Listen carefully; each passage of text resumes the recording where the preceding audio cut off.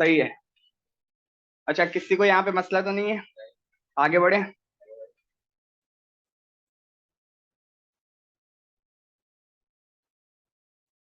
सी। और इसको कमिट करते हैं।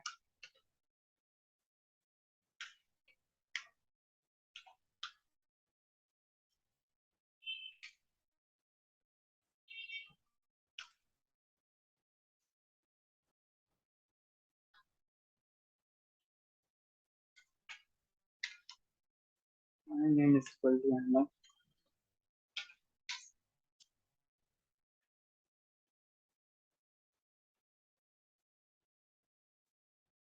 सही।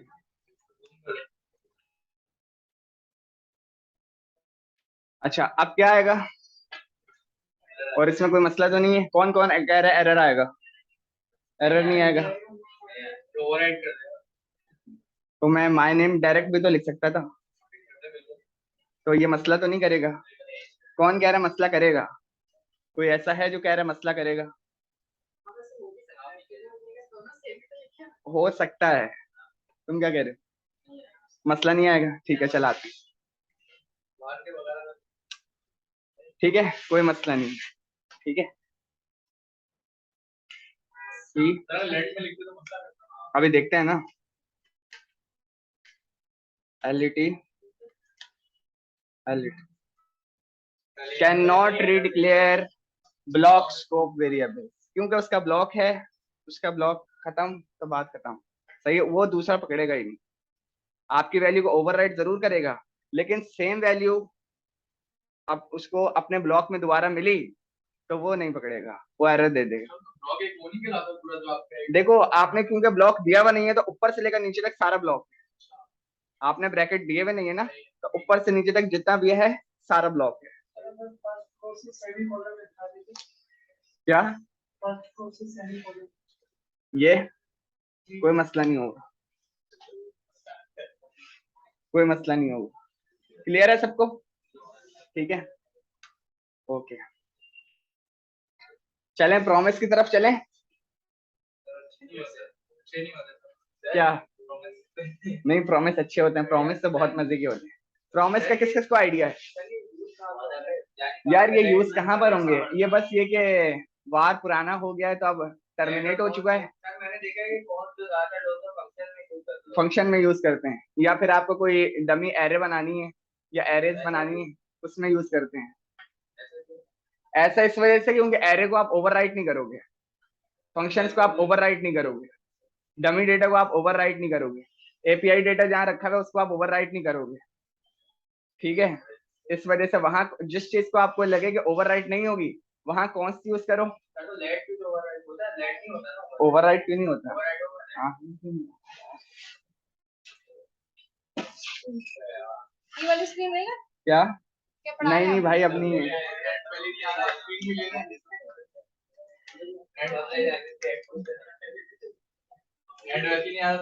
सही है, बस डेटा कनेक्ट हुआ है।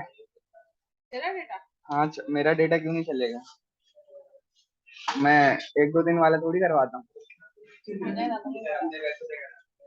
सही है, ठीक है। रिकॉर्ड हो रही है।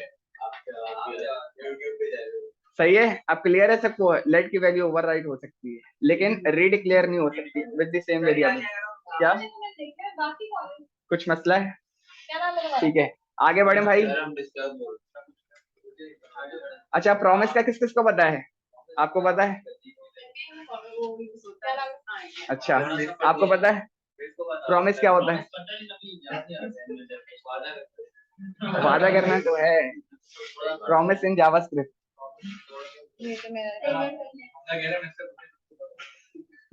वेबसाइट में यूज करा था ना। स्ट्रीक करनी है नहीं करनी?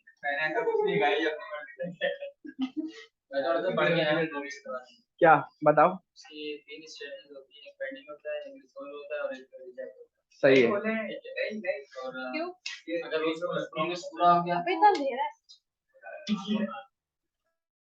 अगर प्रॉमिस सही है, ठीक है, सही है।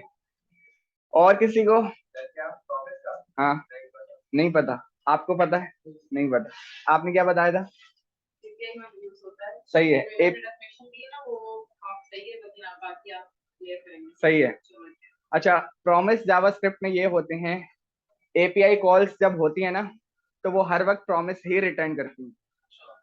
जब भी आप एपीआई कॉल करोगे तो उसका जो रिटर्न आएगा या जो भी रिस्पॉन्स आएगा वो प्रॉमिस में आता है। ठीक है, सबसे पहली बात हो गई है। ठीक है। अच्छा, देखो, सबसे एक और चीज मैं पहले क्लियर कर दूं, var call my name is equal to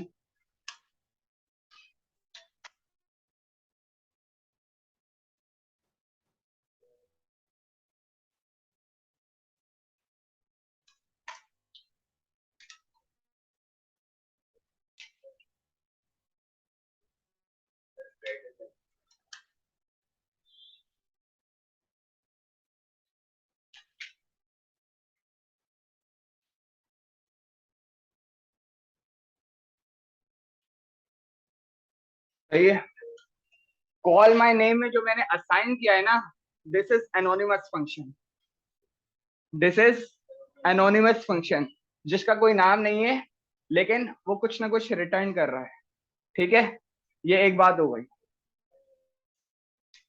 set time out,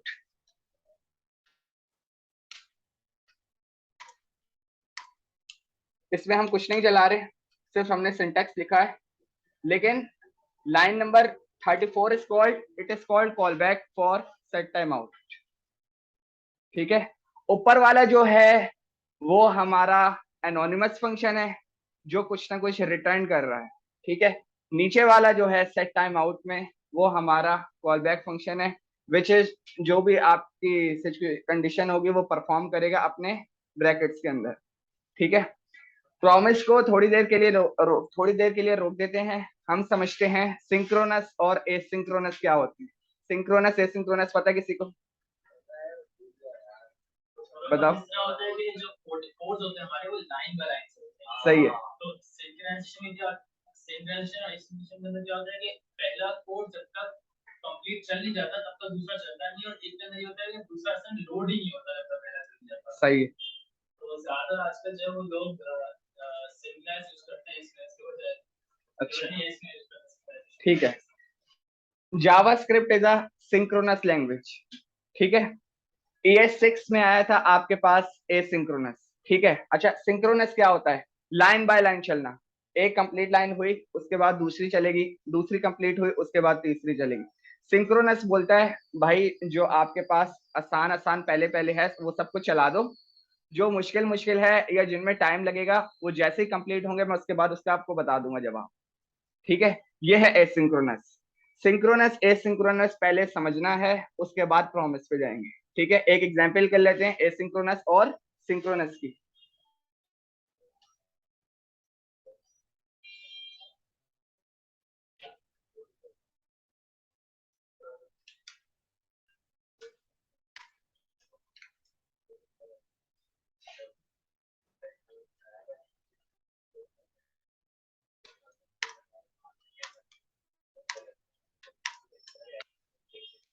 yes.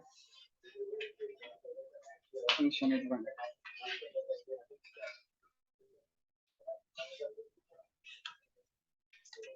Function is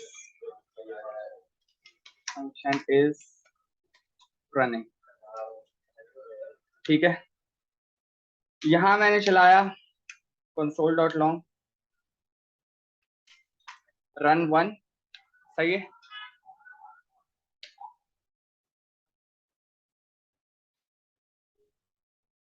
sync sync example.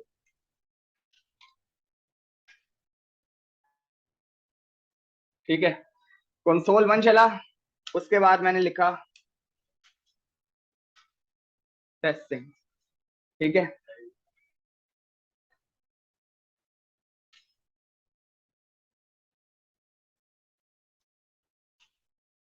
सी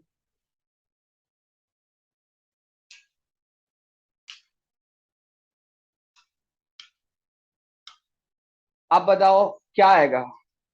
एक कोई बताएगा? पहले पहले तुम बताओ।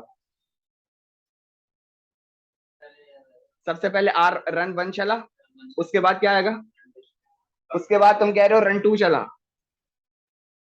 तो वो दूसरा कोई नहीं बोलेगा अभी, जैसे मैं पूछूंगा सिर्फ वो बोलेगा। सबसे पहले रन 1 चला, उसके बाद क्या चलेगा, फंक्शन इज रनिंग, ठीक है। उसके बाद रन 2 चला, फिर फंक्शन इज रनिंग, ठीक है।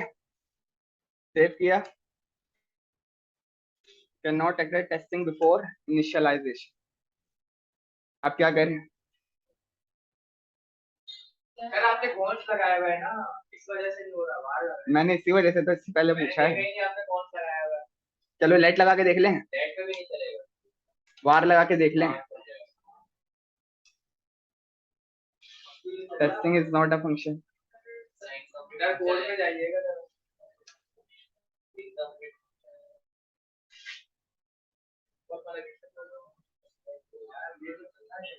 बताओ क्यों नहीं चल। चलो मैं ES5 का फंक्शन लिख देता हूँ, एक्स फंक्शन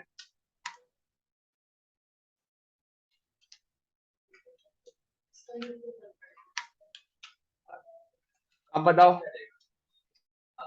अब चलेगा, तुम्हारी जो कह रहे हो वो चलेगी लाइन, या टेस्टिंग इज नॉट डिफाइंड, अब चलेगा। सेव,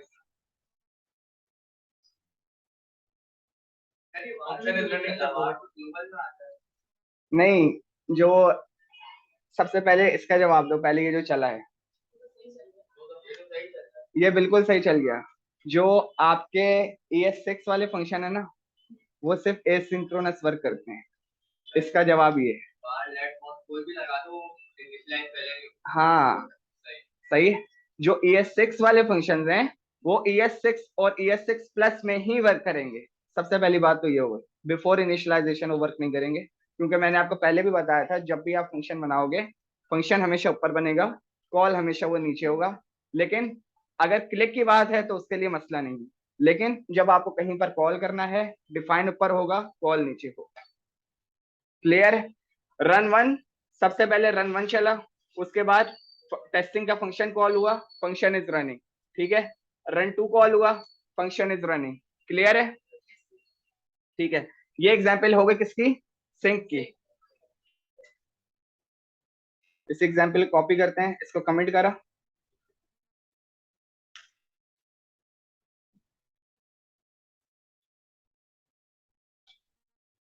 ए सिंक एग्जाम्पल, सही है। रन 1 चला, ठीक है।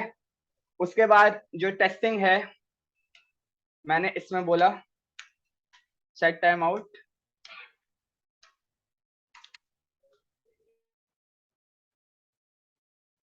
तुम चलना भाई 3 सेकंड बाद।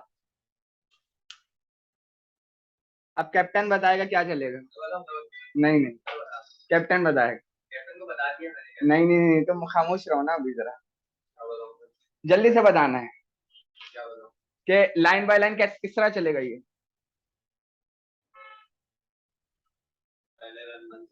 पहले रन 1 चला, यार दूसरे ने नहीं बताना था ना। फिर रन 2 चलेगा, बिल्कुल सही बात है। फिर 3 सेकंड बाद जब जैसे ही वो कंप्लीट होगा फिर टेस्टिंग लाइन नंबर 54 वाला चलेगा, और उसके फौरन बाद 63 वाला भी चलेगा। नहीं नहीं फौरन बाद, चला के देखें। रन 1, रन 2, 2 दफा चल गया, function is running, this is called asynchronous, ठीक है। वो ना बिल्कुल ऐसा ही है, तो उसका ना जब आप टाइम ना दें तो खुद से पहले भाई जो छोटा फंक्शन था पहले से दिया, जो बड़ा था बाद में एपीआई कॉल में, टाइम दे दिया तो एपीआई कॉल में यही होता है, वो जब रिस्पॉन्स आने में टाइम लेगी ना तो आपका जो प्रॉमिस होगा वो आपको बकायदा दिखाएगा पेंडिंग। वरना इन भाई ने प्रॉमिस की 3 स्टेट्स बताई हैं, पेंडिंग, रिजेक्ट और रिजॉल्व। पेंडिंग में भी आपको नहीं दिखा सकूंगा, क्योंकि प्रॉमिस की पेंडिंग सिर्फ आपको तब नजर आएगी जब रिस्पॉन्डिंग हो रही होगी, और हमारा काम अभी इस लेवल का है नहीं कि हमें रिस्पॉन्डिंग होती हुई नजर आए। समझ रहे हो ना मैं क्या कह, डेटाबेस डेवलपर वाई। सही है, आगे बढ़े अब प्रॉमिस की तरफ। सिंक्रोनस और एसिंक्रोनस की अगर कोई एग्जांपल मांगे या पूछे तो वो ये है।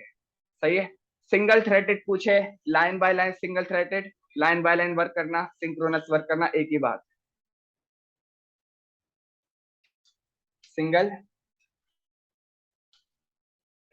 सिंगल थ्रेड जावास्क्रिप्ट, ठीक है, is a single threaded language which means it has only one call stack one by one that is used to execute the program. The call stack is the same as stack data structure that you might read in data structure.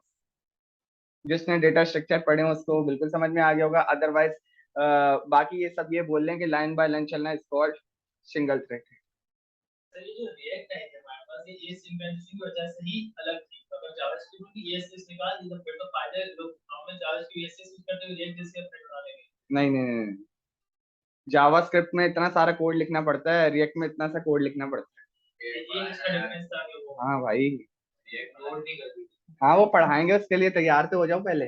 वो तो शुरू में तो तुम्हें हजम ही नहीं होनी ये हो क्या रहा है।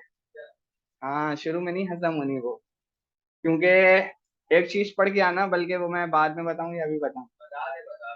एक चीज पढ़ कर आना, virtual DOM versus actual DOM. जब ये समझ में आ गई ना तो 40% रिएक्ट समझ में आ गई। 40 सही है, क्योंकि वर्चुअल डॉम मुझे नहीं समझ में आ रहा था आसानी से कि ये हो क्या रहा है, क्योंकि फिर आपको पता चलेगा कंपोनेंट को कंट्रोल कैसे करना है और अनकंट्रोल कंपोनेंट्स कौन से। अब ये चीजें आपको अभी नहीं समझ में आएंगी, ठीक है। हम चलते हैं प्रॉमिस की तरफ। प्रॉमिस जो है, एपीआई आप कोई भी कॉल करोगे, एपीआई क्या होती है, ये आपका लिखा हुआ कोड है, ठीक है। और किसी जगह एक ये जगह है, यहाँ मेरा एक बना बनाया कोड रखा हुआ है, मेरा नहीं किसी का भी। अगर मुझे इस कोड को अपने कोड से कनेक्टिविटी या कम्युनिकेशन करवानी है, इसके लिए यूज होती है और इसको कहते हैं API. Connection between two codes with partition is called API, या कम्युनिकेशन कह लो या कनेक्टिविटी कह लो, इसको उधर से कनेक्ट कराना कोड को और उधर उसको इधर से कनेक्ट कराना, इसके लिए हमारे पास यूज होती हैं एपीआईज, ठीक है। और एपीआईज के जो रिस्पॉन्स होते हैं वो आपको मिलते हैं प्रॉमिस में, वो आपको मिलते हैं किसमें, प्रॉमिस में, ठीक है। प्रॉमिस आप खुद भी बना सकते हो, जो कि अभी हम बनाकर देखेंगे, ठीक है। प्रॉमिस आप खुद भी बना सकते हो, जो कि अभी हम बनाकर देखेंगे, जो कि आपको तीन चीजें प्रोवाइड करता है। एक सबसे पहला पेंडिंग, ठीक है, वो तब चलेगा जब आपका एपीआई का रिस्पांस लेट होगा, ठीक है। दूसरा होता है रिजेक्ट, तीसरा होता है रिजॉल्व, ठीक है। आते हैं प्रॉमिस की तरफ। हाँ कोई सवाल था आपको? ये किसी खास कोड को बोलते हैं जिसमें हम लोग बूटस्ट्रैप को सीएसएस से कनेक्ट करते हैं, तो वो लोग एपीआई से इसमें वो भी एपीआई है, वो भी एपीआई। नहीं नहीं नहीं नहीं, वो एक ही चीज है। कोड एपीआई मतलब जैसे कि तुमने यहाँ पे देखा कि भाई जे क्यूरी का कोड रखा हुआ है या बूटस्ट्रैप का कोड रखा है, उसको उठा के तुम एचटीएमएल में लगा के चला रहे हो, वो बूटस्ट्रैप की एपीआईज हैं, ठीक है। वो तुम्हारा पर्सनल कोड नहीं है, वो उनका बना बनाया कोड है जिसका तुम एज अ एपीआई यूज कर रहे हो, ठीक है। खत्म हो रही है, वो कोई नहीं पढ़ता, कोई भी नहीं पढ़ता, ठीक है। एक प्रॉमिस बनाते हैं। अच्छा, एक दफा थोड़ा सा ऊपर ये दोबारा देख लेते हैं ये वाली लाइन, ताकि आपको याद आ जाए कि हमने अभी क्या देखा था। कॉल माय नेम में मैंने एक क्या पास करा, एनोनिमस फंक्शन जो रिटर्न कर रहा है अहमद, ठीक है। सेट टाइम आउट में आपने एक लगाया हुआ है कॉल बैक फंक्शन, ठीक है। अच्छा एक और चीज, call back function, anonymous function, और अभी हम एक नई चीज देखेंगे तीसरी, ठीक है। ये आपको वक्त के साथ साथ पता चल जाएगी कि इनके क्या नाम हैं और कौन सी चीज किस वक्त जो यूज हो रही है उसको क्या कहना है, ठीक है। ये आपको वक्त के साथ साथ और प्रैक्टिस के साथ साथ खुद पता चल जाएगी।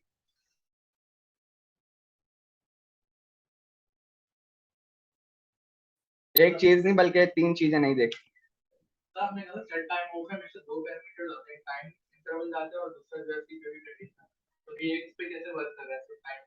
मैंने चलाया तो बड़ी, चलाया ही नहीं, मैंने वर्क तो करा ही नहीं, मैंने चलाया ही नहीं। सही है लेकिन नहीं करेगा। वो क्या वर्क करेगा? कुछ भी नहीं दिखाएगा जब आपने कुछ ब्रैकेट्स में दिया ही नहीं है। तो क्या दिखाएगा? कुछ भी नहीं दिखाएगा। हो सकता है कि कंसोल पे एक एम्प्टी सी लाइन आ जाए कि कुछ हुआ था। ठीक है, प्रोमिसेस। ठीक है, अच्छा, प्रोमिसेस का जो रिस्पॉन्स होता है वो भी हमें चाहिए होता है किसके सूरत में? ऑब्जेक्ट की सूरत में। ठीक है, ऑब्जेक्ट के लिए क्या लगाएंगे? न्यू लगाएंगे। वार लेट यूज करें ना, लेट पड़ा लेट फर्स्ट प्रॉमिस। ठीक है, एक मैंने वेरिएबल बना लिया अपना फर्स्ट प्रॉमिस का, is equal to new. JavaScript का पर्सनल कीवर्ड है प्रॉमिस के लिए, विच इज प्रॉमिस। ठीक है, पर्सनल कीवर्ड है जावास्क्रिप्ट। ठीक है, अच्छा, ऊपर हमने देखा कॉल माय नेम में मैंने डिफाइन किया था एक एनोनिमस फंक्शन, और सेट टाइम आउट में मैंने क्या पास किया था? एक कॉल बैक फंक्शन। ठीक है, प्रॉमिस अपने अंदर सिर्फ एक पैरामीटर लेता है which is called executor function. जो एनोनिमस फंक्शन और कॉल बैक फंक्शन और एग्जीक्यूटर फंक्शन में कोई फर्क नहीं, तीनों एक ही जैसे हैं। लेकिन क्या है, प्रॉमिस के अंदर कोई अगर आपसे सवाल पूछे कि प्रॉमिस के अंदर जो फंक्शन कॉल होता है उसका क्या नाम है, that is called executor, that is not anonymous, that is not call back. ठीक है, इसके अंदर हमने पास किया, ऊपर लिखा हुआ भी आ गया executor, that is called execute, this is not call back, this is not anonymous, लेकिन काम उसका वही है। खत्म आपके हर किस्म के एरर खत्म। क्यों? आपका सिंटैक्स बिल्कुल सही है। ठीक है, एग्जीक्यूटर फंक्शन अपने अंदर दो पैरामीटर एक्सेप्ट करता है, which one is resolve, another one is reject.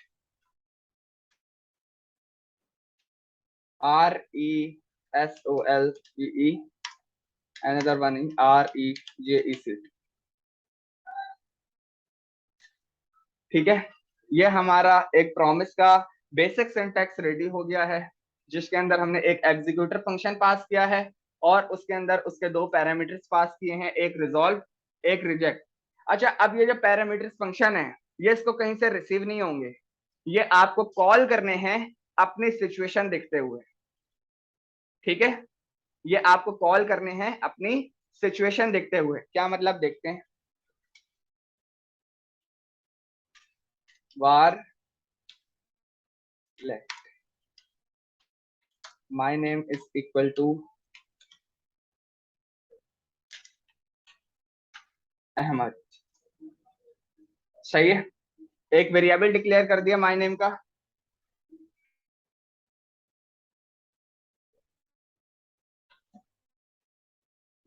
मैंने बोला इफ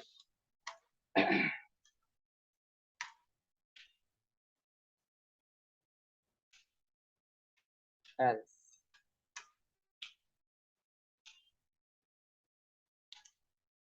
माय नेम अगर इक्वल है किसके? अहमद के, तो क्या करो, रिजॉल्व चला दो। रिजॉल्व का फंक्शन कॉल करा हमने, इसके अंदर बोल दिया पैरामीटर में भेज दिया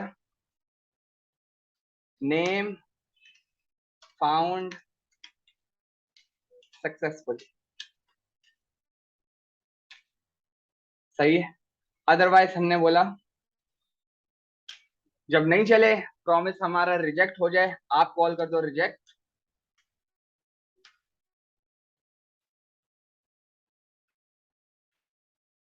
इनवैलिड नहीं। सबसे पहले इतने कोड को समझते हैं। एक एग्जीक्यूटर फंक्शन में मैंने अपनी कंडीशन लिखी name is equal to Ahmed. ठीक है, फिर उसके अंदर मैंने जो है अपनी कंडीशन को मजीद एलेबरेट करा। मैंने बोला अगर नेम हो अहमद तो रिजॉल्व का फंक्शन थ्रो कर दो और उसमें पैरामीटर पास कर दो, क्या? Name found successfully. अदरवाइज अगर ये प्रॉमिस नहीं चलता या ये कंडीशन मैच नहीं होती तो आप रिजेक्ट का फंक्शन कॉल कर दो और उसमें बता दो इनवैलिड नहीं। ठीक है, ये आपने प्रॉमिस बनाया है, मेरी बात को गौर से समझना, ये आपने प्रॉमिस बनाया है, ये प्रॉमिस का रिस्पॉन्स नहीं है, ये प्रॉमिस का रिस्पॉन्स नहीं है। और मैंने अभी क्या बताया था, एपीआई प्रॉमिस का रिस्पॉन्स रिटर्न करती हैं, एपीआई प्रॉमिस रिटर्न नहीं करती, प्रॉमिस का रिस्पॉन्स रिटर्न करती हैं। प्रॉमिस का रिस्पॉन्स कैसे लिखते हैं वो भी हम देख लेते हैं। सर फिर ये काम तो डॉक्यूमेंट और ट्रैक से हो जाएगा सर, बिल्कुल तो हो। कॉमर्स से चलाने फायदे ही है। हाँ ठीक है, देखते हैं। प्रॉमिस का रिस्पॉन्स लिखने के लिए आपको सबसे पहले लिखना है फर्स्ट प्रॉमिस। हम थोड़ा सा ऊपर चले जाते हैं ताकि आपको सिंटैक्स पूरा नजर आए। फर्स्ट प्रॉमिस यानी जिस प्रॉमिस को आपने चलाना है उसको, उसके बाद आपने लगाया डॉट देन, ठीक है। सबसे पहले आपने लगाया डॉट देन, ठीक है। उसके बाद इसके अंदर आप कुछ लिखने से पहले अभी नीचे आ जाओ, direct dot catch, alternate shift F, सही है। सिर्फ अभी इसको देखते हैं, लिख सकते हैं ना वैसे, क्या देन और कैच को लिख सकते हैं। नहीं, यही तो प्रॉमिस के फंक्शन है, प्रॉमिस के बिल्ट इन मेथड्स ही यही है, ठीक है। देन करता है दोबारा, ना ये एनोनिमस फंक्शन रिटर्न करेगा, ना ये आपको कॉल बैक फंक्शन रिटर्न करेगा, ना ये आपको एग्जीक्यूटर रिटर्न करेगा। ये आपको एक एनोनिमस फंक्शन रिटर्न करेगा, लेकिन वो कहलाता है सक्सेस फंक्शन, क्योंकि देन आपका चलेगा ही तब जब आपका रिजॉल्व चलेगा। तो इसमें जो पास होता है वो होता है सक्सेस फंक्शन। मैं यहाँ पे कॉल बैक पास किया विच इज सक्सेस, और इसके मैंने पैरामीटर में लिख दिया SUCCESS console.log सक्सेस, ठीक है। और कैच में आए, इसमें पास होता है एरर फंक्शन,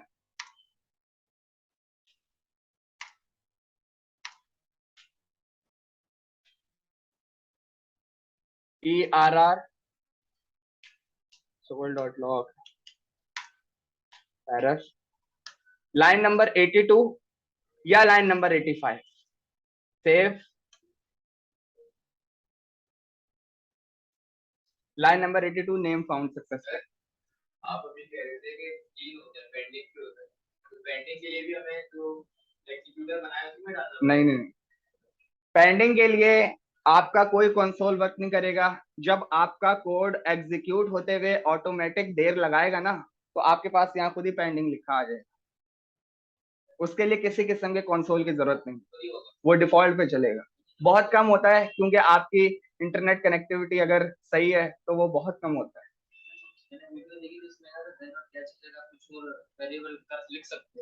वो हम आगे पढ़ेंगे ना भाई, लेकिन ये पता होना जरूरी है। ये प्रॉमिस का रिस्पॉन्स आप फिलहाल तो 1-2 महीने तक इससे लो अभी, वो जो आपने बोला वो हम बाद में पढ़ेंगे।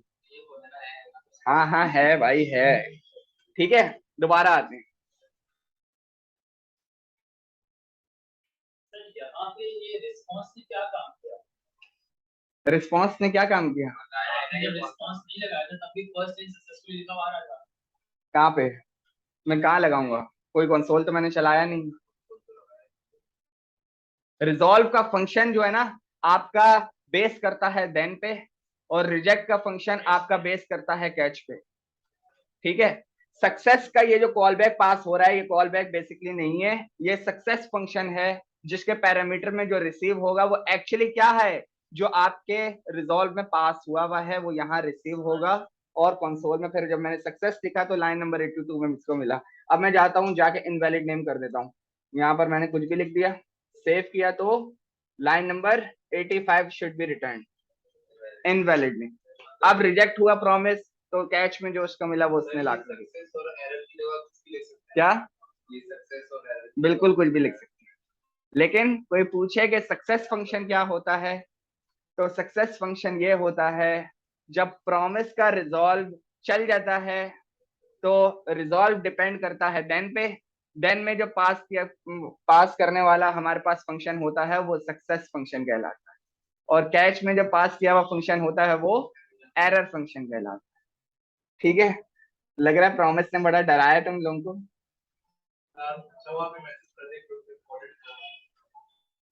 ठीक है, और प्रॉमिस से रिलेटेड और कोई सवाल?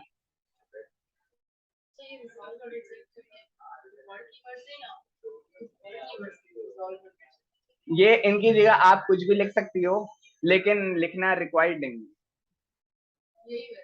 यही लिखनी है आप। सर अगर हम चैन और कैच की जगह पे ऊपर में एक और ऐसी कंडीशन डाल दें, अगर रिजॉल्व है तो पेपर डॉक्यूमेंट डॉट राइट कुछ लिख दो, और अगर रिजेक्ट है डॉक्यूमेंट डॉट राइट कुछ लिख दो, तो क्या फायदा क्या है? फायदा ये है, चैन और कैच के यूज करने का फायदा क्या, अगर हम लोग डॉक्यूमेंट डॉट राइट करके दोनों यूज कर सकते हैं? अच्छा सवाल है, सही है।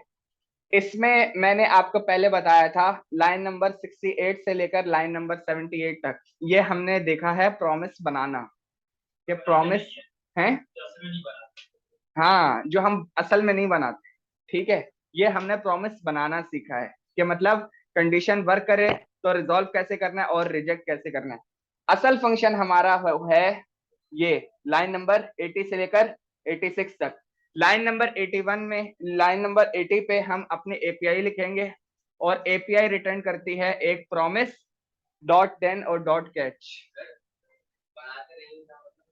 बनाते नहीं है मतलब कि आपको कभी भी प्रॉमिस बनाने की जरूरत नहीं पड़ेगी, नहीं पड़ेगी, क्योंकि आपको प्रॉमिस का सिर्फ रिस्पॉन्स चाहिए होता है, सिर्फ रिस्पॉन्स चाहिए, वो तो सिंटैक्स तो लिखना पड़ेगा ना, प्रॉमिस का कभी भी नहीं लिखना पड़ेगा। तो जैसे आपने नाम फर्स्ट प्रॉमिस लिखा है तो हमने प्रॉमिस बनाया हुआ है, तो हमने फर्स्ट प्रॉमिस लिखा है ना, बिल्कुल, उस प्रॉमिस की जगह से मैंने एपीआई लगा दिया। हाँ, एपीआई लिख के एपीआई लगा दी, एपीआई लिखा, उसका यूआरएल पास किया, उसके रिक्वायर्स बॉडी हेडर और जो भी उसकी चीजें होती हैं वो पास करी, डॉट देन, एपीआई का यूआरएल बस। उस नहीं नहीं नहीं, आपको कोई मेथड तो बताओ जिससे कॉल करोगे। नहीं नहीं नहीं नहीं, ये तो रिस्पॉन्स रिटर्न करेंगे, एपीआई कॉल करने के जो मेथड हैं वो, उनकी बात कर। क्या वो अभी सबर कर रहे हो, उसके लिए थोड़ा टाइम लगेगा। क्या चले, इससे यूजर को नजर आएगा भाई आपकी इमेज नहीं चली, बिल्कुल, तो हम लिखते हैं अगर नहीं चले तो कैश में भी शो करते हैं, ये इशू करते हैं, ठीक है। जो डिफॉल्ट पर उसका अगर कुछ आपने खाली एरर लिखा, जैसे कि अभी मैंने ये इनवैलिड नेम शो किया हुआ है और इन्होंने नेम फाउंड सक्सेसफुली शो किया हुआ है। जब एपीआई के रिस्पॉन्स के जो एरर्स होते हैं वो उन्होंने डिफॉल्ट पे जो आपकी एपीआई बनाएगा या जो आप कस्टम बनी बनाई उठाओगे उन्होंने एरर सेट किए हुए होंगे। 404 हो गए, 400 हो गए, 503 हो गए, ये सारे आपके एरर्स होंगे जो आपको मिलेंगे किसमें, लाइन नंबर 85 में, जो कि पैरामीटर आ रहा है लाइन नंबर 84 से, उसके जरिए। बूटस्ट्रैप वाले ने एक बना के रखा हुआ देन और कैश कर, अगर ये सीएसएस में करेक्ट ना लगा है तो उसको शो कर देना 404 एरर, हाँ, वो उन्होंने कैश में लगा रखा है।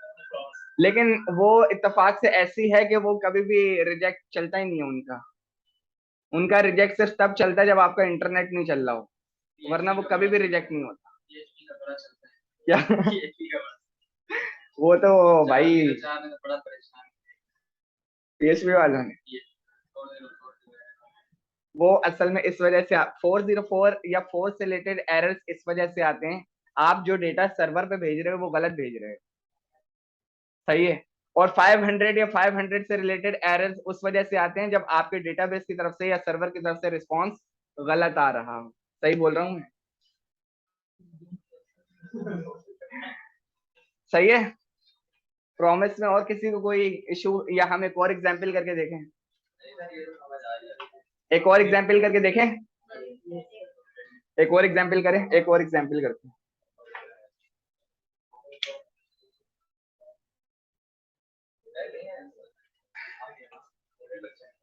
सही है, एक और एग्जांपल करते हैं। Let check 248 even numbers, odd numbers क्या होते हैं, even number, nums is equal to new promise, ठीक है। Basic syntax complete, it requires one executor function,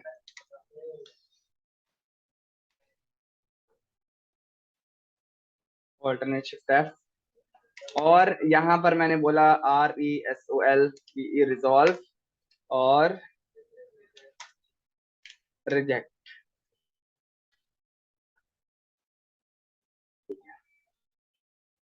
और इसके बाद मैंने बोला कि मैं जो भी मेरी फंक्शनैलिटी है वो मैं बाद में लिख लूंगा। Check nums even nums dot then dot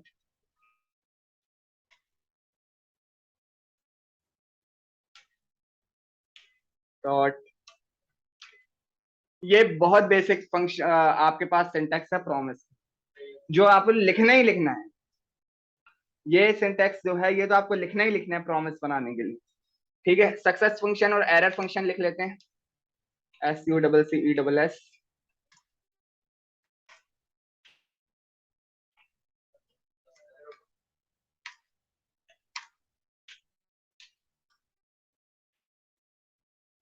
success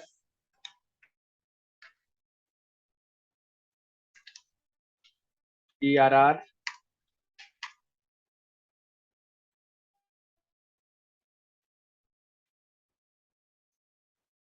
ERR, ठीक है। इतना सबको क्लियर है? अगर हमारा प्रॉमिस चल गया तो लाइन नंबर 94 का सक्सेस फंक्शन वर्क करेगा। अगर प्रॉमिस नहीं चला तो line number 97 will work. Clear है?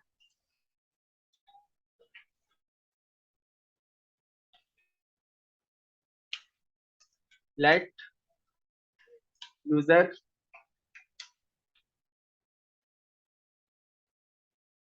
Input is equal to number, number में लिखा प्रॉम्प्ट एंटर एनी नंबर। इतना क्लियर है सबको?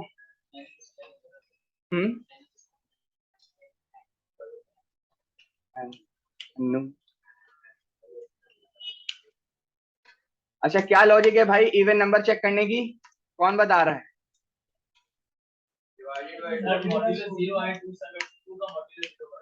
सही, रिजेक्ट और रिजॉल्व।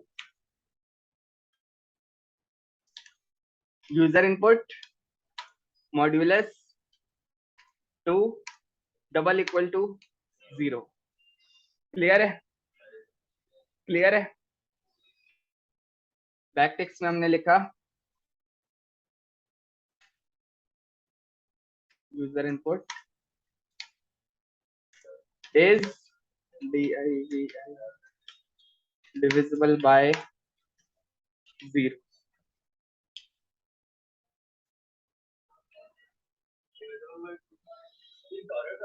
आखिर में 0 बचना चाहिए ना। ये अभी बताता हूँ।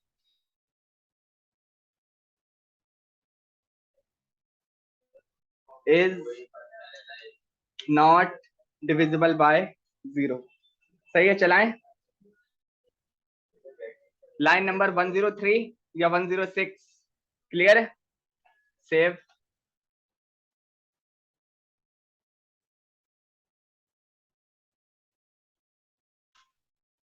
Four is divisible by 0, line number 103 successfully working. ठीक है, दोबारा आते हैं। 1 इज नॉट डिविजिबल बाय 0। ये थे आपके प्रॉम्प्ट। अच्छा, ये जो है भाई ये ES6 का मेथड है जो आपके जावास्क्रिप्ट की कॉन्केटिनेशन प्लस वगैरह खत्म करता है। ठीक है, इसने बोला सिर्फ मुझे बैकटिक दो और जो आपके वेरिएबल्स हैं वो डॉलर लगा के ब्रैकेट में पास करो, और जो एक्स्ट्रा आपका टेक्स्ट होगा वो स्पेस लगा के डाल दो। मुझे कोई प्लस या कॉमा डालने की जरूरत नहीं। इसको कहते हैं backtick syntax which comes from ES6। ठीक है, इस प्रॉमिस में किसी को कोई मसला नहीं है? प्रॉमिस क्लियर है? अब रिवाइज करेंगे और आगे का फंक्शन आगे अभी देखना पड़ेगा क्या पढ़ना है, क्योंकि काम आप लोगों का अच्छा खासा हो चुका है। क्या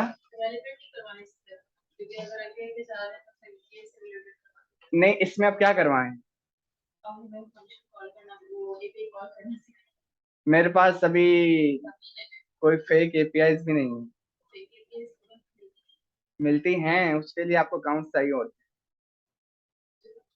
नहीं, फ्री में आपको कोई भी नहीं देगा। दी थी, लेकिन आपको ये भी याद पड़ता होगा एक दफा आपको किसी ने उस पे से लॉग इन करके दिया होगा। नहीं नहीं, लॉग इन रिक्वायर्ड होता है।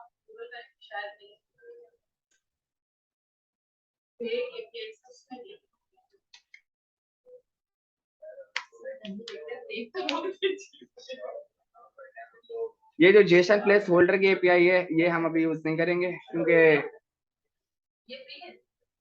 ये फ्री है, लेकिन इसमें भंड है। इसमें भंड ये है कि इनके रिस्पॉन्स के लिए आपको बहुत लंबा जाना पड़ता है, जिसके लिए आपको पढ़ना पड़ेगा कॉल बैक हेल। वो अब नहीं पढ़ते, कॉल बैक हेल वो अब नहीं पढ़ा जाता। ठीक है, नहीं, एपीआईज का रिस्पॉन्सेस हम नेक्स्ट क्लास में चेक करेंगे। अभी हम रिवीजन की तरफ चलते हैं। हाँ, एपीआई इंशाल्लाह नेक्स्ट क्लास में देखेंगे। क्या जो सर बोलेंगे वो पढ़ाएंगे। मन तक की बात हुई भी है। हाँ सही है। तो नेक्स्ट क्लास में हम एपीआई कॉल करेंगे। नहीं नहीं, ये बोल जो रहा है वो सर से पूछ लेंगे, जो भी सर बोलेंगे वैसा करेंगे। आ जाओ आ जाओ। हैं, चेयर नहीं है, चेयर नहीं है, उधर बैठना पड़ेगा ऊपर। भाई नेक्स्ट क्लास में जो है आपको मैं एपीआई कॉल करने का तरीका बताऊंगा कि एपीआई कॉल कैसे करनी है। ठीक है, और उसके बाद जो है आपके पास कुछ असाइनमेंट्स होंगे, वो जब आप कंप्लीट करोगे तो हम आगे बढ़ेंगे। कुछ वो होंगे, कुछ एडिशनल होंगे जो आपको बना के पहले दिखाने होंगे प्रेजेंटेशन। मेरी बात सुन लो सारे। नेक्स्ट क्लास में एक किस्म की लास्ट क्लास होगी जावास्क्रिप्ट की, और एक किस्म की लास्ट क्लास होगी, उसमें आप एपीआई कॉल करना देखोगे, एपीआई कॉल कैसे करते हैं।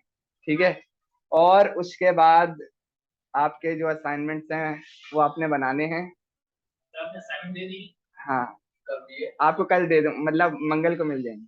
ठीक है, उसके बाद जो है फर्दर प्रोसीड वही करेगा जो वो बना लेगा। वो मैंने अपडेट कर दिया, वो 3 नहीं। प्रैक्टिस तो मैं करनी पड़ेगी ना। देखो, CRUD ऑपरेशन तो आपको बनाना है। Create, read, update, delete with local storage. Local storage, चलो सही है, लोकल स्टोरेज है। लोकल स्टोरेज पता है आपको? नहीं पढ़ी? चलो लोकल स्टोरेज रिवाइज करा देता हूँ मैं।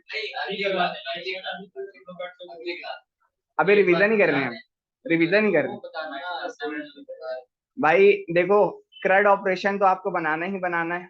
क्रिएट यानी कि आपने टू डू इनपुट में कुछ डाला, वो नीचे प्रिंट होना चाहिए। सही है। रीड तो हो गया, जब आपने डाला तो आप रीड तो करोगे। डिलीट कर सकते हो, अपडेट कर सकते हो, और इसके अलावा जो है डिलीट ऑल कर सकते हो। सही है। ये सारे फीचर आपको प्योर जावास्क्रिप्ट और एचटीएमएल पे बनाने हैं, प्रॉपर रिस्पॉन्सिव यूआई के साथ। रिस्पॉन्सिव यूआई के साथ, मोबाइल रिस्पॉन्सिव, मोबाइल रिस्पॉन्सिव भाई। सही है, एक असाइनमेंट ये हो गया आपका। ठीक है, इसके अलावा जो है आपको मैं वो असाइनमेंट दूसरा नहीं बताऊंगा, लेकिन आपको एक असाइनमेंट में एपीआई कॉल करनी होगी। 2 पास करने हैं, 2 पास करने हैं। तीसरा इमेज स्लाइडर बना लो या सर्च बार बना लो।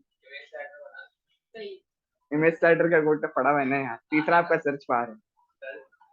ये 3 तो यही 3 तो पहले थे हैं? फिर अपडेट क्या किया? नहीं, एक तीसरा है जो इमेज स्लाइडर को जिसने रिप्लेस कर दिया है, वो उस असाइनमेंट में आपने एपीआई कॉल करनी होगी और उसके रिस्पेक्टिवली डेटा लाना होगा।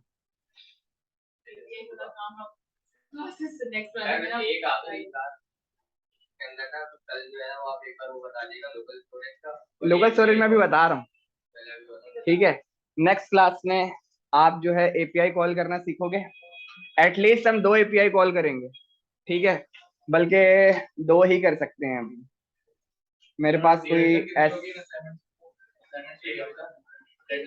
आपको 10 दिन दिए जाएंगे। 10 दिन इस वजह से कि वो फिर मेरे जैसा चेक करेगा। मुझे हर तरीके के उनके आंसर कहाँ कहाँ रखे हुए वो सारे पता है, कॉपी पेस्ट पहचान लूंगा मैं। ये देख रहे हो, हर जगह की लॉजिक, हर जगह के आंसर रखे हुए मेरे बुक मार्क्स में।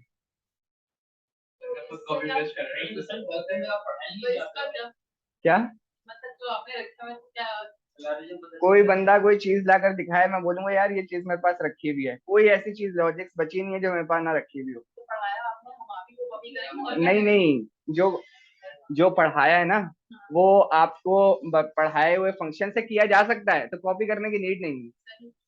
तो मैं ये कह रहा हूँ सर, तो अगर उस लिहाज से करोगे या उस लॉजिक से करोगे तो फायदे में रहोगे। चेंज कर देंगे। हैं नहीं, वो मसला नहीं है भाई, वो मोबाइल रिस्पॉन्सिव होनी चाहिए। यूआई का तो मसला नहीं है ना, मोबाइल रिस्पॉन्सिव, या यूआई वो तो मोबाइल गोला गंडा, बाकी अगर गोला गंडा, गोला गंडा होनी चाहिए। सस्ते मोबाइल यार, तुम्हें तो बोलना नहीं चाहिए भाई। उससे होगी, बिल्कुल होगी। 500 पे तुम ये रखो। मैंने बड़ी अच्छी चीज पढ़ाई है, उसकी मैं वीडियो अपलोड करूंगा इन लोग नहीं, आप लोगों के ग्रुप में भी कर दूंगा। उससे सीएसएस से रिस्पॉन्सिव कैसे करते हैं, हाँ आती है, तो बस मोबाइल रिस्पॉन्सिव मसला होना नहीं चाहिए। 4 सेल लगेंगे तो बहुत अच्छे से हो जाएगी, वरना 2 से भी हो जाएगी, 4 लगा दोगे तो बहुत अच्छे से हो जाएगी। 8 लगाया, 5 लगाया, 3 लगाया, इनफ है। 3 ये होता है, बिल्कुल इतना सा। 5 8 8 5 3 बस इनफ। भाई देखो, नेक्स्ट क्लास में जो है वो आपका होगा एपीआई फंक्शन, एपीआई कॉल, ठीक है। अगर फ्राइडे को कोई रिवीजन करना हुआ तो वो नहीं, तो फ्राइडे से आपका काम शुरू है, नेक्स्ट फ्राइडे तक आपका असाइनमेंट होने चाहिए। फ्राइडे से क्या रिएक्ट शुरू आना है, फ्राइडे से असाइनमेंट आना है भाई। तो आप क्या करेंगे? नहीं नहीं, तो आप असाइनमेंट बनाओ यहाँ बैठ के, यहाँ बैठ के। नजर आ रहा है नहीं तो चीजें अपनी लेकर आओ या फिर आने का क्या फायदा? चलो ये बात हम सर से डिस्कस कर लेंगे।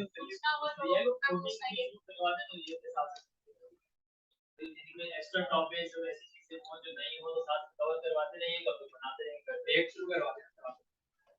अबे नहीं हजम होगी वो, अभी नहीं हजम होगी। नहीं वो नहीं, असल में चलो हम एक नई चीज पढ़ लेते हैं, एक नई चीज पढ़ लेते हैं, बल्कि नहीं अगली क्लास में पढ़ेंगे। अभी लोकल स्टोरेज देख लेते हैं, अगली क्लास में अभी लोकल स्टोरेज देख लेते हैं। लोकल स्टोरेज में इश्यू किस किसको है, बस बाकी सबको आता है, आपको भी है और आपको भी है, आपने पढ़ा हुआ। तो हाथ उठाओ ना जिसको नहीं आता। नहीं आता, आपको भी नहीं आता, तुम दोनों को आता है, करवाओगे बैठा के। इनको नहीं आता। लोकल स्टोरेज क्लियर है, सही है, आपको क्लियर है। और बस चलो हम लोकल स्टोरेज पढ़ते हैं।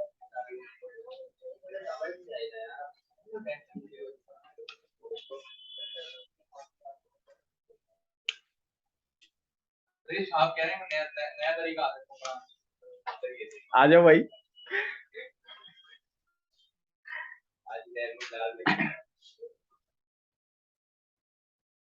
अच्छा, जैसे हमारे पास मैंने क्या था, आपने बोला तो गलत है, क्यों गलत है? क्या तो एक इसमें लाइन में नहीं आ रहा था, दूसरा लाइन में आ रहा था, तो आपने कहा था गलत है। ये 6 वाला फंक्शन था, वो चलेगा ही नहीं।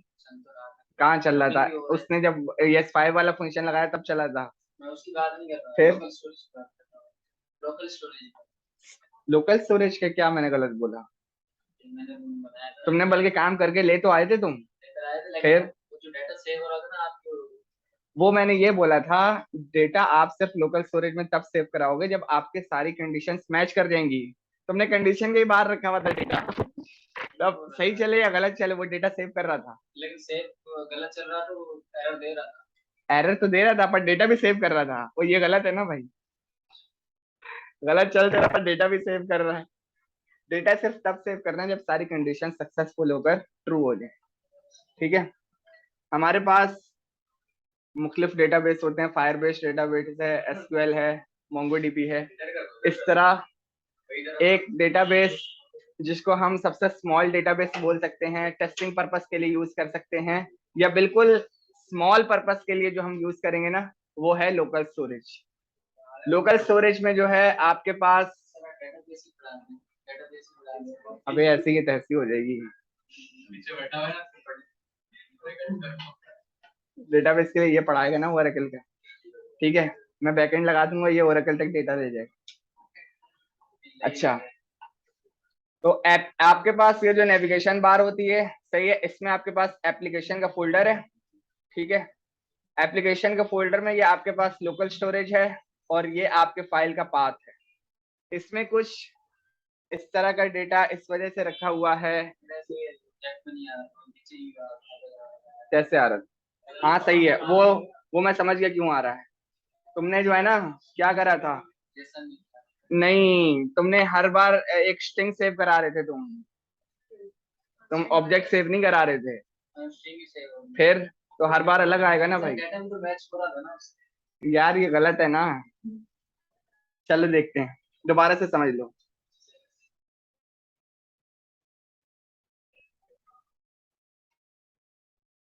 मैं एक डमी डेटा बना रहा हूँ, let user info is equal to, इसके मुझे तुम्हें बताना था, मैंने पीडीएफ सेव कर ली है, अब वो तुम्हें भेज दूंगा अगर वो समझ में आ जाए तो। सही है, एरर बहुत होंगे।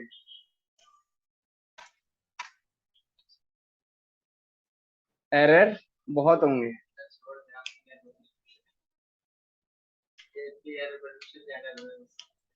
नहीं हैंडल तो हो जाते हैं, लेकिन असल में कोड सिंटैक्स पुराना है, ये बात है सारी। वो लारावेल के अलावा कहीं अपडेट भी तो नहीं हो रही।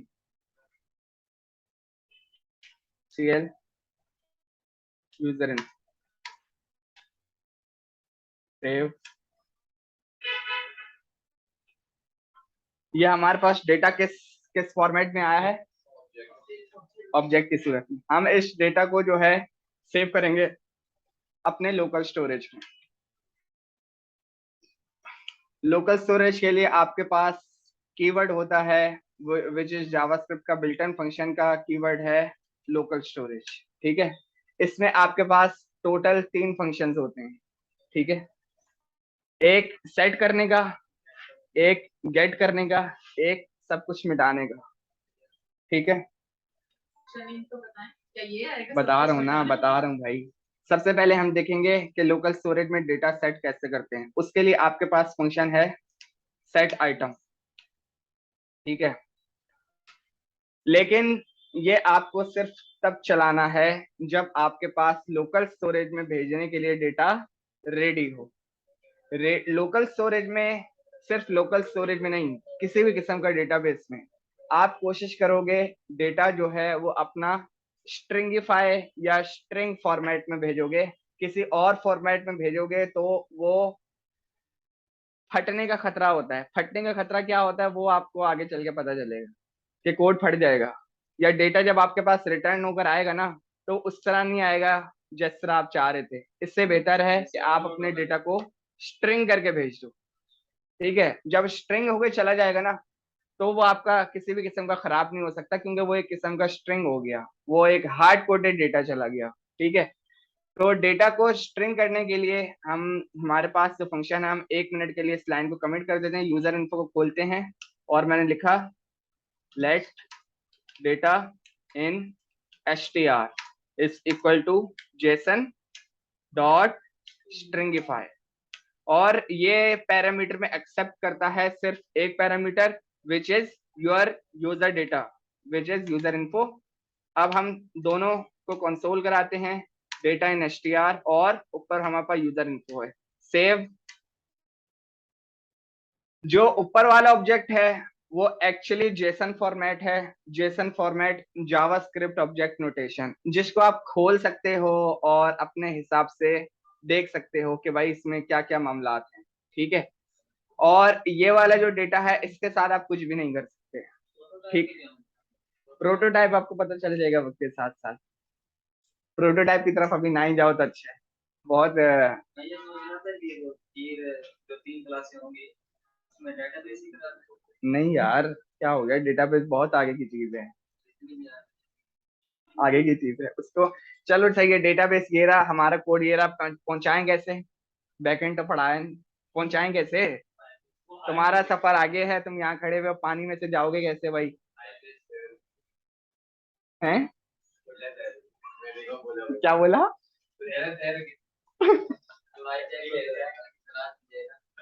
करवाएंगे, ठीक है। तो आपको हमेशा अपना डेटा स्ट्रिंगिफाई या स्ट्रिंग फॉर्मेट में सेव करना होगा डेटाबेस में रखने के लिए। ठीक है, ओके, हमने रख लिया। सेट आइटम का फंक्शन आपके पास आपको बोलता है कि मुझे सिर्फ 2 पैरामीटर्स चाहिए। कौन कौन से? एक की और दूसरा वैल्यू। की में आप जो बताओगे उस नाम से आपके डेटाबेस की रॉ में आपका डेटा सेव हो जाएगा, और दूसरा पैरामीटर जो भी आपका डेटा होगा स्ट्रिंग फॉर्मेट में।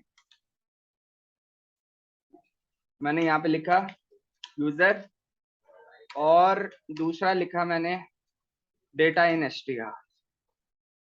सेव, सबसे पहले एप्लीकेशन में जाते हैं, इसको क्लियर करते हैं, कुछ भी नहीं है। रिफ्रेश किया, कुछ भी नहीं है।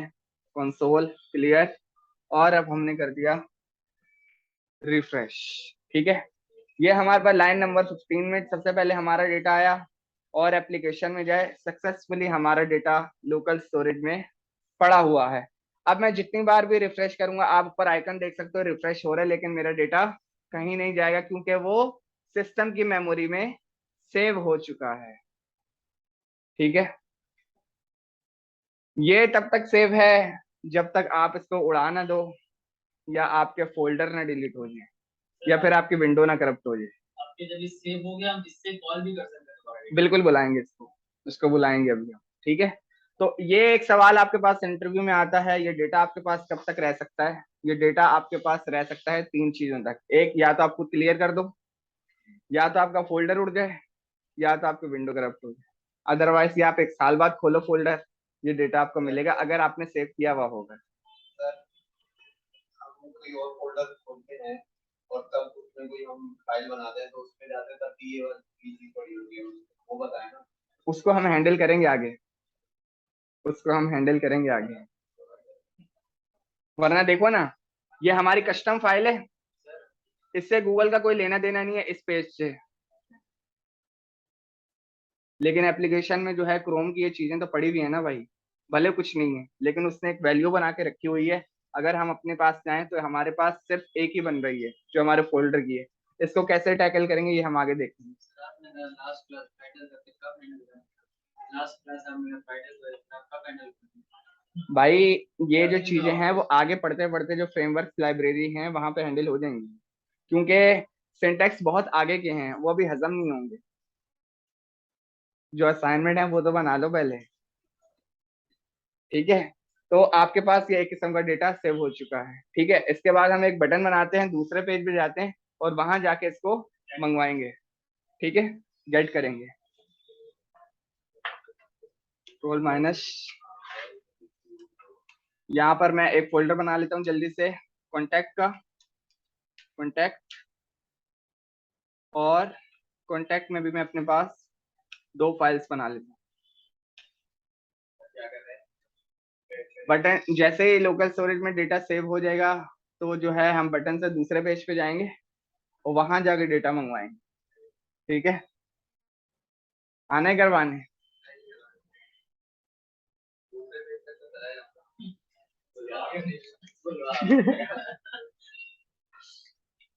कॉन्टैक्ट डॉट HTML, सही है, और कॉन्टैक्ट डॉट,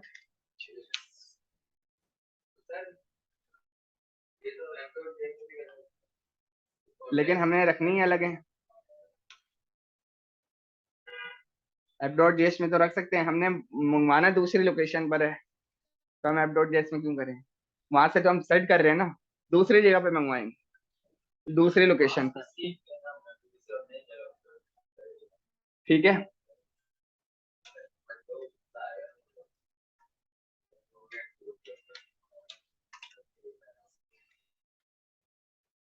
कॉन्टैक्ट पेज सही है, H1 कॉन्टैक्ट पेज और स्क्रिप्ट करंट डायरेक्टरी के लिए ./contact.js सेव, और यहाँ पर हम लिख लेते हैं कॉन्टैक्ट पेज इज रनिंग।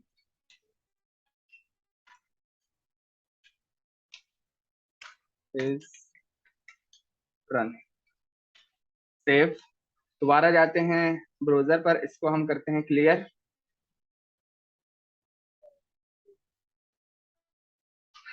और आ जाते हैं यहाँ पर index.html में एक बनाते हैं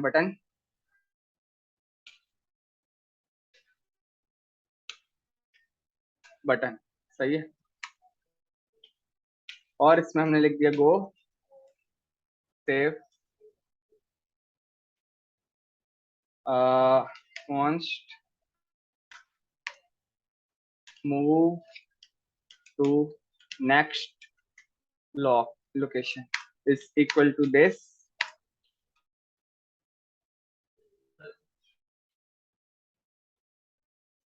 बस, या और real testing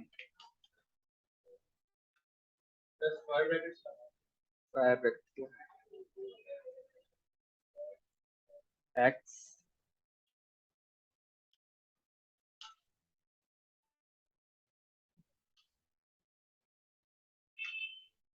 move to next location कहाँ कॉल करेंगे? मूव टू नेक्स्ट लोकेशन कहाँ कॉल करेंगे? बटन के ऊपर, ऑन क्लिक।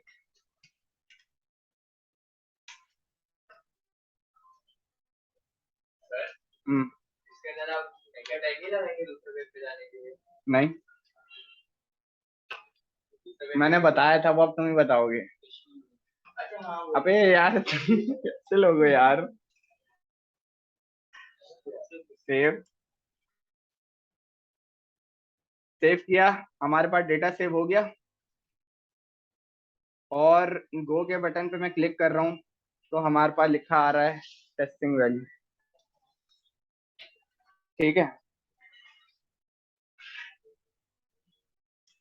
अच्छा मैं पहले एक चीज चेक करता हूँ, मेरे ख्याल से शायद वो वर्क करे।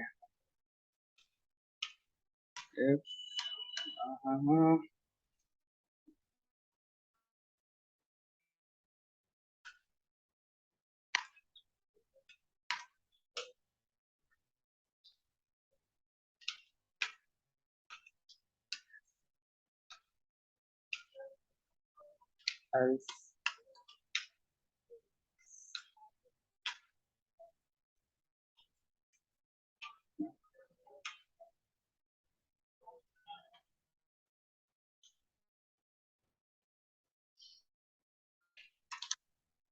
local storage data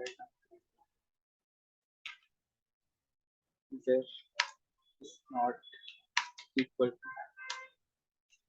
say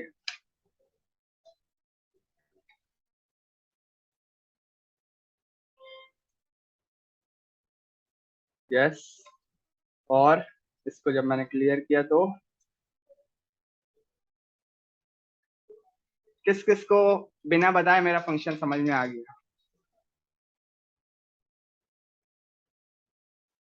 captain जिंदाबाद। क्या नहीं मिल रहा?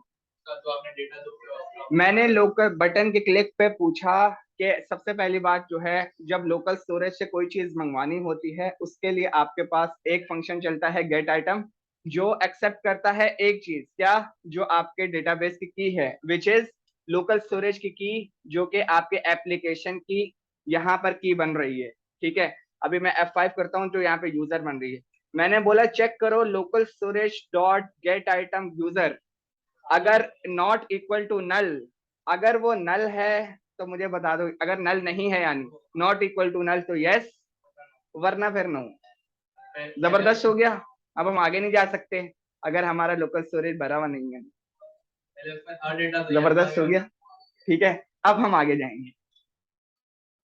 अगर है डेटा तो आप क्या करो, लोकेशन, लोकेशन क्या क्या लिखेंगे, is equal to this, current location के लिए डॉट स्लैश, अब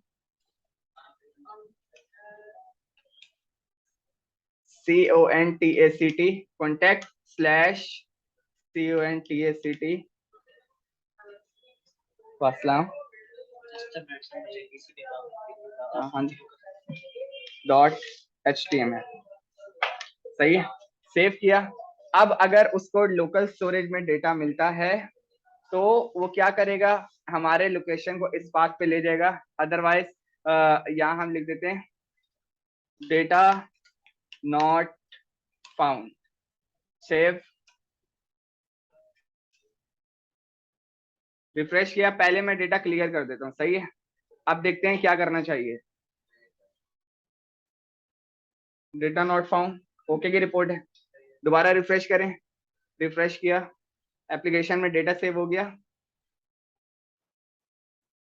डेटा फाउंड नहीं, मूव टू कॉन्टैक्ट पेज, ठीक है। इस पेज पे अब हम पहले डेटा को मंगवाते हैं और उसके बाद डेटा को क्लियर करके क्लास को भी क्लियर करेंगे। हमने बोला जब यहाँ पर आप पहुंच गए हो तो फिर आप करो local storage dot gate item, क्या, यूजर, USCR, ठीक है। इसको एक वेरिएबल में सेव कर लेते हैं, let DB is equal to this, database is equal to this, let data in, पहले इसी को मंगवा के देख लेते हैं क्या आ रहा है हमारे पास, CLDB, सेव। हमारे पास स्ट्रिंगिफाई फॉर्मेट जो कि हमने बनाकर भेजा था डेटाबेस में, उसने हमें वो स्ट्रिंगिफाई फॉर्मेट रिटर्न करके दे दिया, क्योंकि भाई हमारे पास उसने बोला कि मुझे आपने ऐसे ही दिया था, ठीक है। लेकिन ये इस तरह का हमारे काम का नहीं है, क्योंकि ना हम माय नेम को, हाँ तो हम उसको करेंगे ना, कन्वर्ट कर रहे हैं, कन्वर्ट कर रहे हैं।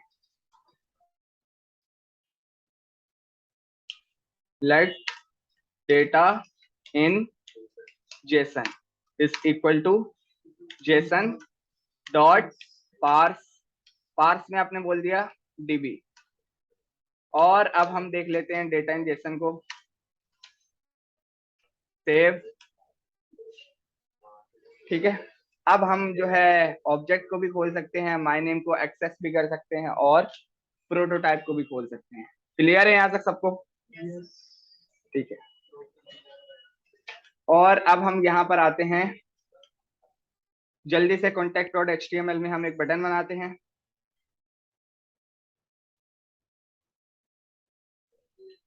सी,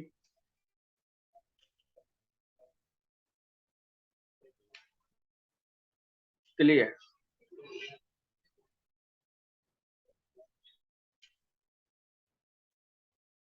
क्लियर डेटा, इसको मैंने सेव करके कॉपी करा, contact.js const no clear data, CLEAR, C, save,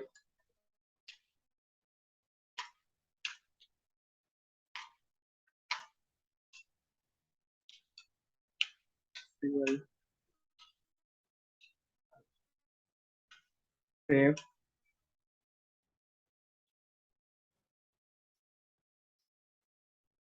सही है। एप्लीकेशन में भी हमारे पास है डेटा, रिफ्रेश करने भी हमें भी हमारे पास है और ये भी है, ठीक है। अब जब क्लियर का बटन चल जाए तो मैंने बोला local storage dot clear,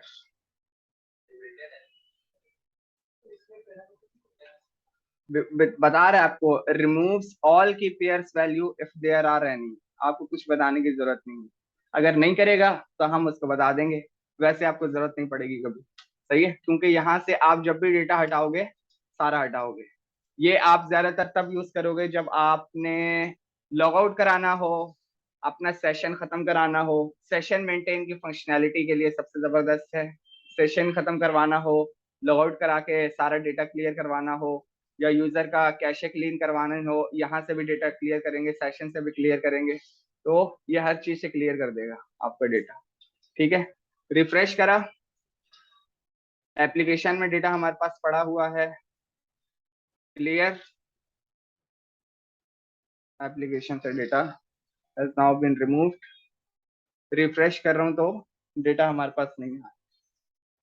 clear है, लोकल स्टोरेज में अब किसी का मसला तो नहीं है? सही है, समझ में आया? एंड करें क्लास को, सही है।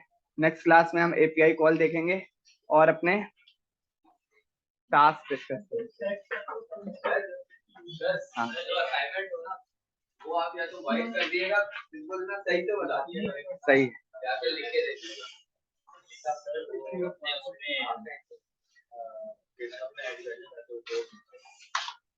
आप क्लास से जो है ना वो करवा लो, ग्रुप में अपने आप को ऐड करवा लो।